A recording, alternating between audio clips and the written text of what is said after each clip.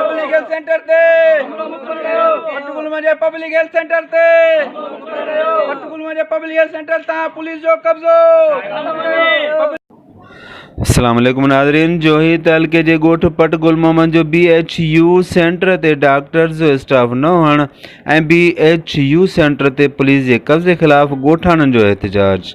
नौजवान इतिहाद आल काछो जे अॻवानीअ में जोही काछो जे ॻोठ पटकुल मोमन जे रहवासियुनि हथनि में प्ले कार्ड खणी सख़्त नारेबाज़ी कई। ॻोठाणनि एहतजाज कंदे दाहियो त BHU सेंटर 1988 में तैयार थियो हो, जेको अॼु ॾींहं ताईं हैंड ओवर न थी सघियो आहे। असांखे डॉक्टर्स ऐं स्टाफ मुक़ररु करे ॾिनो वञे, जेको असां ॻोठ वारनि जो बुनियादी हक़ आहे, जेको असांखे ॾिनो वञे।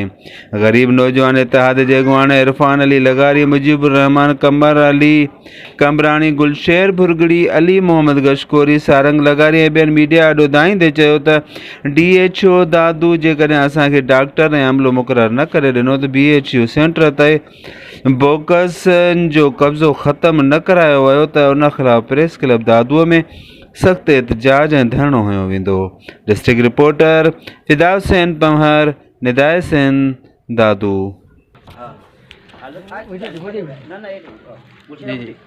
पब्लिक हेल्थ सेंटर ते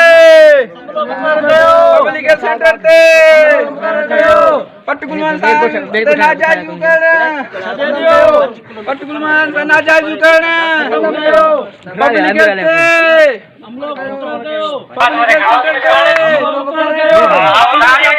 पब्लिक हेल्थ सेंटर ते खत्म करायो।